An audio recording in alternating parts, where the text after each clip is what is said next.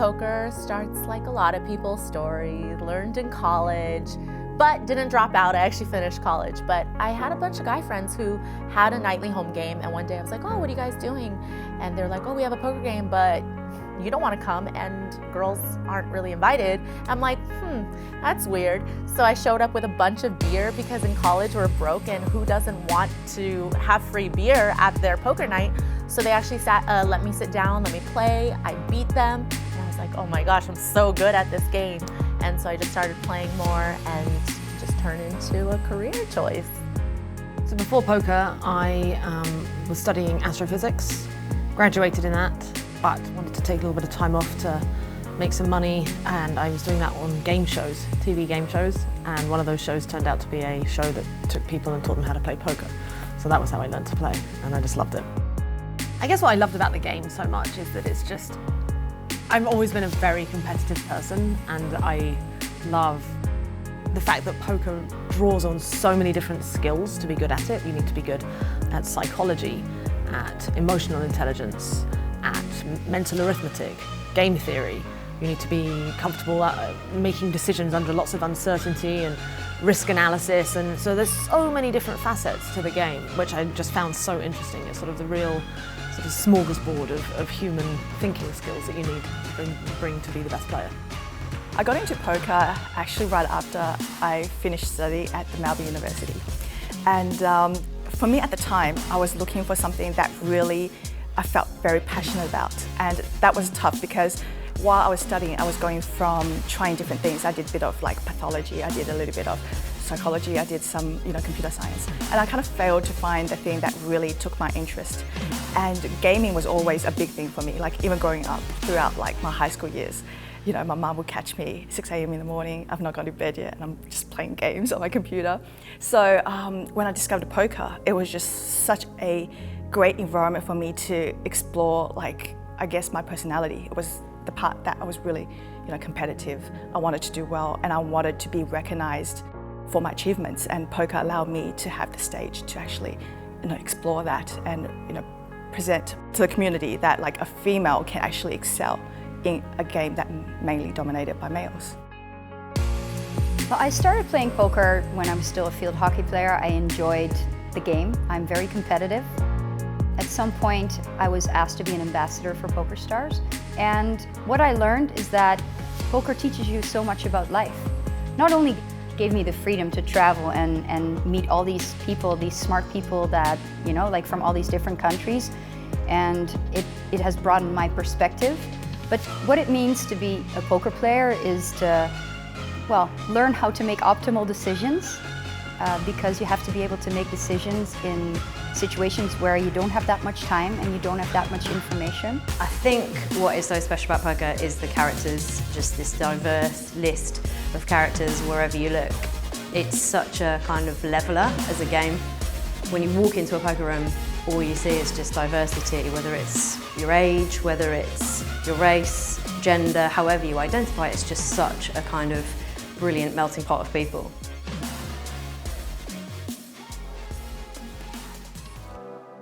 There have been many times at the poker table and at other tables where I've been the only woman, and a lot of players don't know sometimes how to handle that. Instead of just playing their game or to maybe adjust to me as they learn, they may have perceptions, and I'm very happy to take advantage of those perceptions. I don't think it was just my perception that I was underestimated. It came out in the way I was played against in hands. It was the fact that I was able to over bluff a lot because a lot of my opponents didn't think that I would be capable of bluffing, probably because they have this idea that women take less risks than men perhaps, and I always found a way to use that to my advantage. I think that there are advantages to being a female player, sure. Although these days I think a lot of players are really just used to women being strong players, so they don't necessarily treat you or play against you any differently. But for some like more local events, maybe they underestimate you, and that can be an advantage for sure, because it could allow you to bluff more often. Some people don't bat an eyelid about the fact that I'm female. Others, that's all they can see. And so in some ways it's a blessing and it can be a curse. It can be a huge blessing in terms of you're more noticed. So if you like being noticed and if you want to sort of become a spokesperson, it's easier to become a spokesperson if you're female. I mean, knowing the women that I know in poker, they all have one thing in common, is that they are hyper ambitious, very focused, very competitive, and those are really important skills to make yourself a great poker player. Having come from the world of televised sport, which is obviously very male dominated, coming into poker, I think that definitely helped me, because you walk into a room full of men playing poker and it doesn't particularly faze me, even though it might faze other people. So it is a challenge coming in. That being said, it's also, what I will say about poker is it's really incredibly friendly. And the barrier in terms of that friendliness is not there. It's not difficult to walk in and start speaking to people and getting interviews or whatever else. Everyone's very open, very friendly. So from that point of view, I think it's a very positive environment.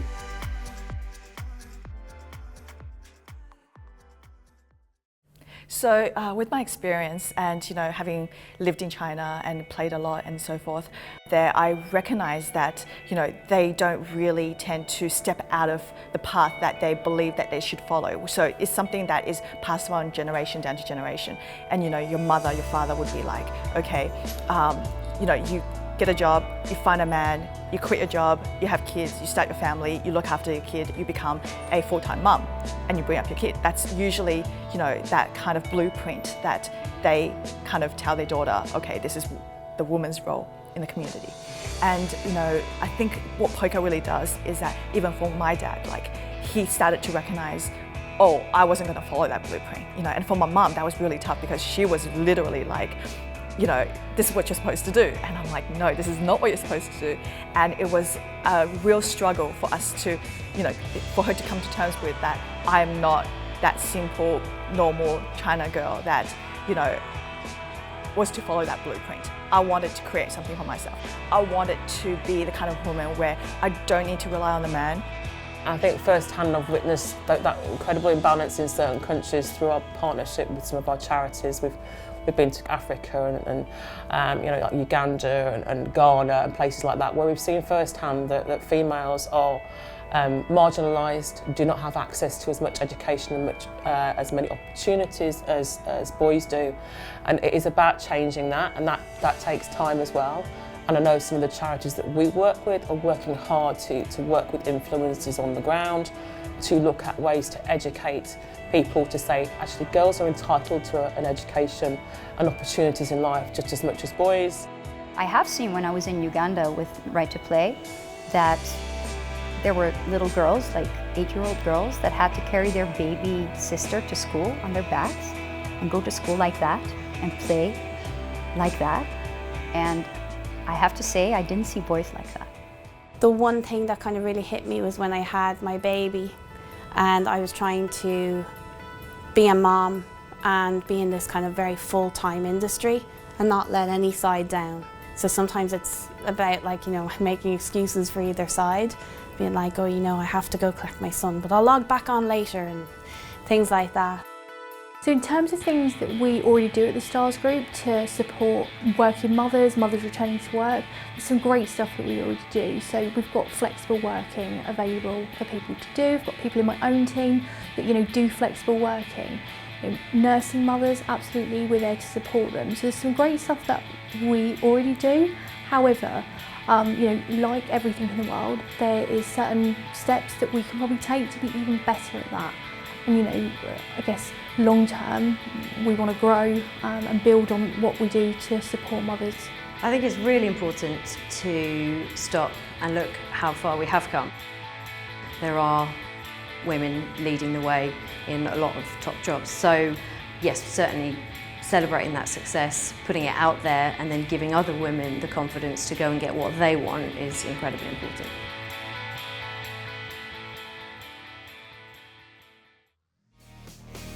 We've seen great numbers in Asia. We've seen a lot of the APPTs with, I believe that the number of female entrants is above 6%.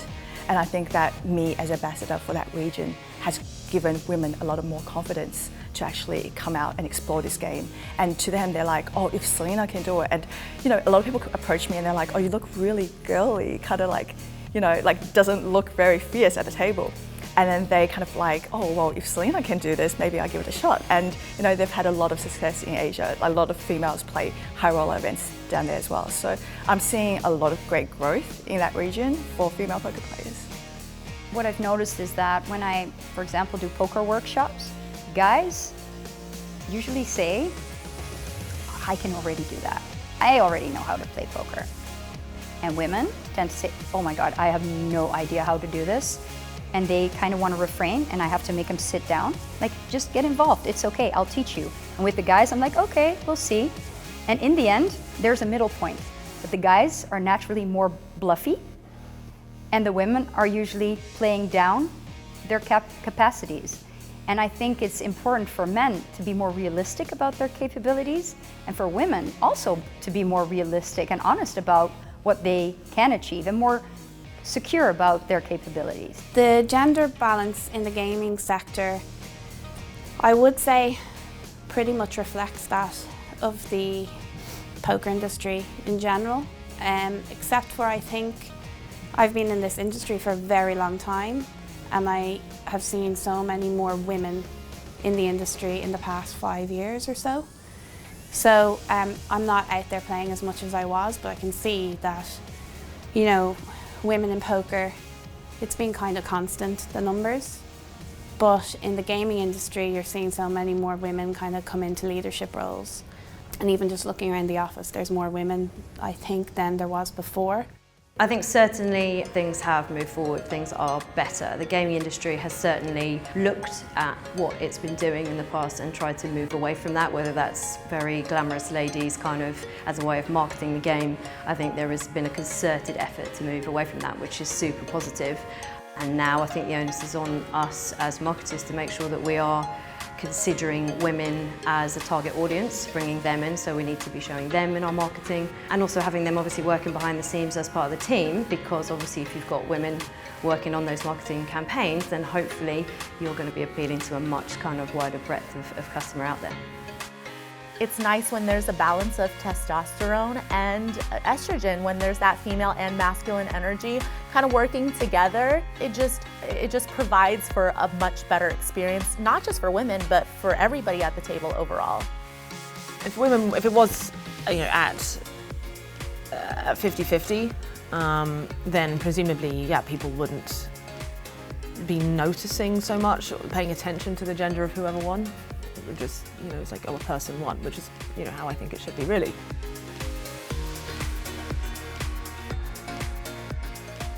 Well, I would say that, like, if you're female and you're looking to play some poker, I think that, you know, you probably don't want to chuck yourself into a very high intense kind of poker tournament. You know, I think that if you start with like smaller buy-ins, satellites, those are really, really good to get you into like a chance of, you know, playing something bigger. Things like online poker and vehicles in which, you know, females playing in a poker club just with other females in the beginning, I think that really helps them, because once you get more comfortable in a setting where there's already so many other things you have to focus on, like, you know, when you're playing a hand, it's already very nerve-wracking, let alone playing a hand with 8 men.